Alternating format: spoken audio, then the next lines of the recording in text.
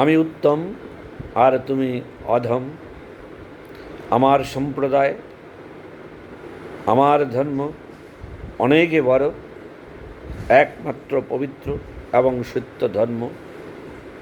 আর তুমি যেখানে আছো, তোমার সম্প্রদায়, তোমার শ্রেণী, তোমার ধর্ম নিতান্তই অধম। এই তর্ক সুদীর্ঘ অতীত থেকে চলেছে, বর্তমানে চলছে, আর অবস্থা দৃষ্টে মনে হচ্ছে সুদীর্ঘকাল অর্থাৎ ভবিষ্যতেও চলবে। এটার জন্য নিষ্কৃতি নেই। এটা এই সৃষ্টির বোধহয় রহস্যেরই একটি অংশ। এই বিতর্ক থাকবে, তবু এ নিয়ে কথা চলছে, তর্ক চলছে, বিতর্ক চলছে। কখনো এক সম্প্রদায়ের লোক বা ধর্মের লোক কথার মার পেঁচে বিজয় লাভ করছে, আবার অপর দিকে হয়তোবা অন্য সময় আরেক সম্প্রদায় কথার মার পেঁচে বুদ্ধির জোরে বা তথ্য উপাত্ত উপস্থাপন করবার দক্ষতায় সে সাময়িক বিজয়ী হচ্ছে। এটি আমরা দেখছি। আমার বক্তব্য এই জায়গায় আমি বলতে চাই যে হাজার হাজার বছর এই তর্ক চলছে, চলবে। যদি এটি স্রষ্টারই রহস্যের একটি অংশ থাকে, তাহলে সেখানে তো আমার বলবার কিছু নেই। এতটা নিশ্চিত করে বলবার অধিকার বা দক্ষতা আমার নেই। কিন্তু নিতান্তই একজন সাধারণ মানুষ হিসাবে এ সমস্ত বিষয় অনেক সময় পীড়া দেয়। একজন ঘনিষ্ঠ বন্ধু আমার বিভিন্ন সম্প্রদায়ের মধ্য থেকেই আছে। সমস্ত ধর্মের বন্ধুদের মধ্যেই একটি দারুণ ঘনিষ্ঠতাও আমার আপনার অনেকেরই আছে। শুধু একটি প্রশ্নে সম্মুখভাবে না হলেও গোপনে নিভৃতে বা সেই বন্ধুর অলক্ষ্যে যেন আমরা কেউ কাউকে ত্যাগ করতে পারি না, স্যাক্রিফাইস আমরা করতে পারি না। মনে মনে যেন জানি যে আমি শ্রেষ্ঠ। আসলে ধরুন চিকিৎসা শাস্ত্র,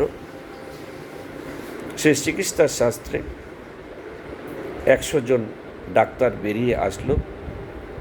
আমরা কি 100 জন ডাক্তারকেই একজন দক্ষ ডাক্তার বা প্রখ্যাত ডাক্তার বলে বিবেচনা করতে পারি? একই বই কিন্তু যে চিকিৎসা শাস্ত্রে তারা পড়ে এসেছেন। আমরা দেখেছি সেই 100 ডাক্তার চিকিৎসকের মধ্যে হয়তো 2-4 জন বা 5 জন সত্যিকার অর্থে অনেক কিছু শিখেছে।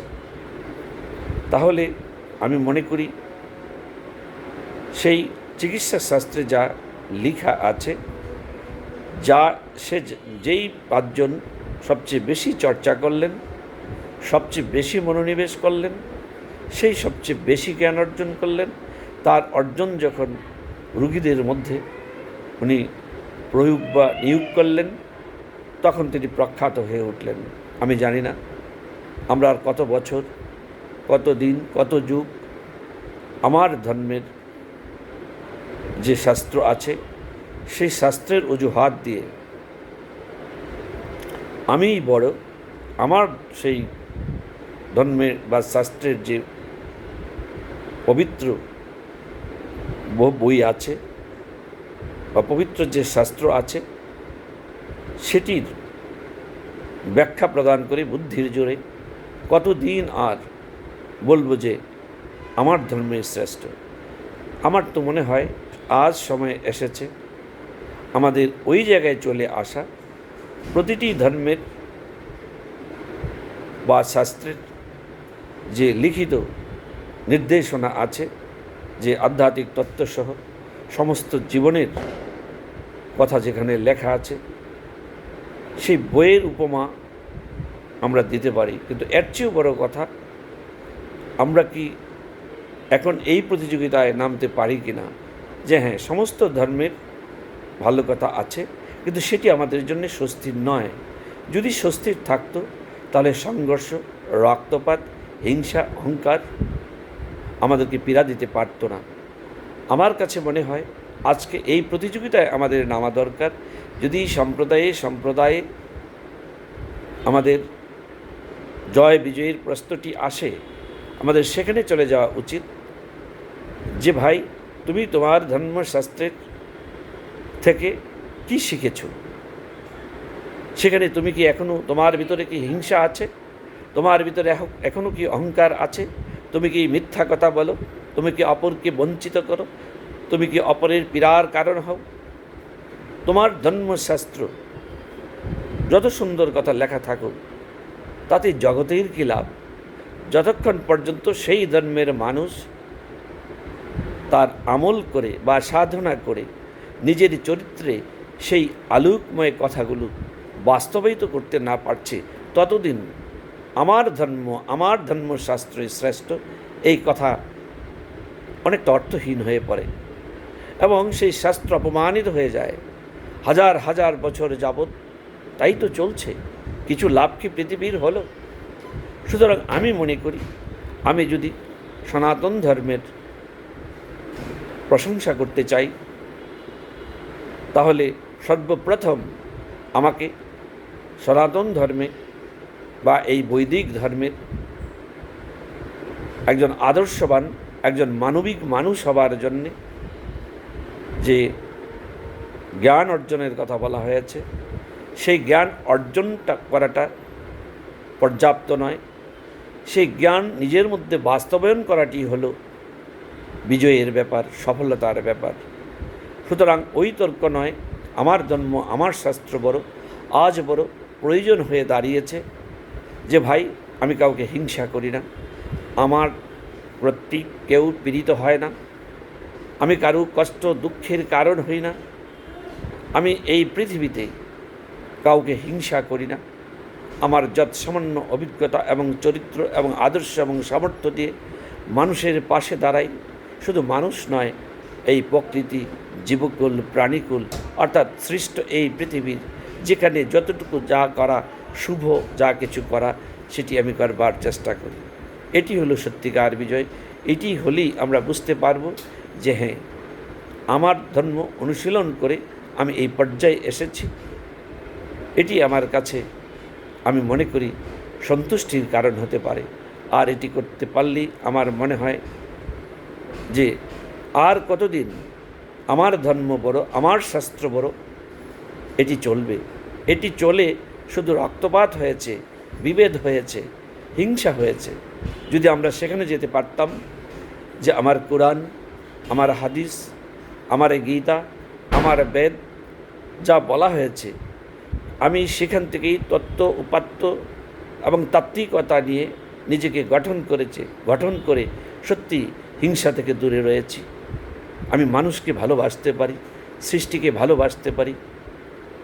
আমি কাউকে বঞ্জনা দেই না। সর্বক্ষণ আমার ভিতরে সততা বিরাজ করে, মিথ্যাকে আমি না বলে দিয়েছি।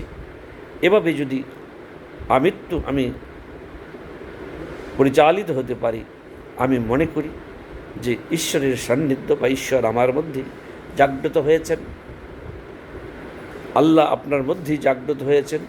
এই সত্য যদি আমরা সবাই এবং আমাদের তর্ক বিতর্ক, জয় পরাজয়ের মূল বিষয় যদি সেটি আমরা করতে পারি, আমার মনে হয় সেটি হবে সবচেয়ে।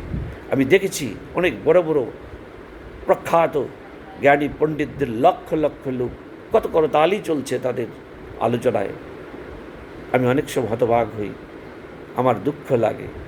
কথার মারপেচে, কৌশলে শ্লোকের পৃষ্ঠা, শ্লোক নাম্বার পর্যন্ত এতটা কষ্ট করে আমি বলে দিতে পারছি। কিন্তু আমি প্রশ্ন করতে চাই, তারা যদি আর অর্ধেক কষ্ট করতেন, নিজের মধ্যে তাকিয়ে যদি দেখতেন ওনার বক্তব্যে অন্য কেউ আহত হচ্ছে কিনা, ওনার বক্তব্যে কতটুকু এ পৃথিবী কি পেল? আমার ধর্মের, আমার সম্প্রদায়ের লোক সংখ্যা বৃদ্ধি পাক, বাড়িয়ে দেই, সবচেয়ে সংখ্যায় বেশি, এগুলি কি আধ্যাত্মিকতা? আমি মনে করি না। দুষ্ট গরুর চেয়ে শূন্য গোয়াল ভালো যেমন বলে, এই সমস্ত উপমাগুলিও আমার দেওয়া উচিত নয়। আমি ভালোর মধ্যে থাকতে চাই। আমার শুধু বক্তব্য একটি, যে ভাই, আমি শাস্ত্র এতটি আমার জানা নেই, এমনকি আমার নিজের যে শাস্ত্র আমাকে কেউ জিজ্ঞেস যদি করে সেটিও আমি এত ভালো করে আমি বলতে পারবো না। কিন্তু ঈশ্বর যতটুকু জ্ঞান দিয়েছেন, আমি মনে করি হিন্দু, মুসলমান, বুদ্ধ, খ্রিস্টান সকলে যদি তার যে শাস্ত্রগুলি আছে সেখান থেকে প্রকৃত যে জ্ঞান অর্জন করে যদি নিজেকে সাজানোর প্রতিযোগিতায় অংশগ্রহণ করত, তাহলে পৃথিবীটা অনেক সুন্দর হতো। পৃথিবীর চেয়ে সবচেয়ে বড় কথা, সে নিজে অনেক সুন্দর হতো এবং তার এই সুন্দরের যে জ্যোতি, যে আলো চারিদিকে ছড়িয়ে পড়ত। আর নিজেদের এত গলাবাজি করে বলবার প্রয়োজন থাকতো না, আমি বড়, আমার ধর্ম বড়।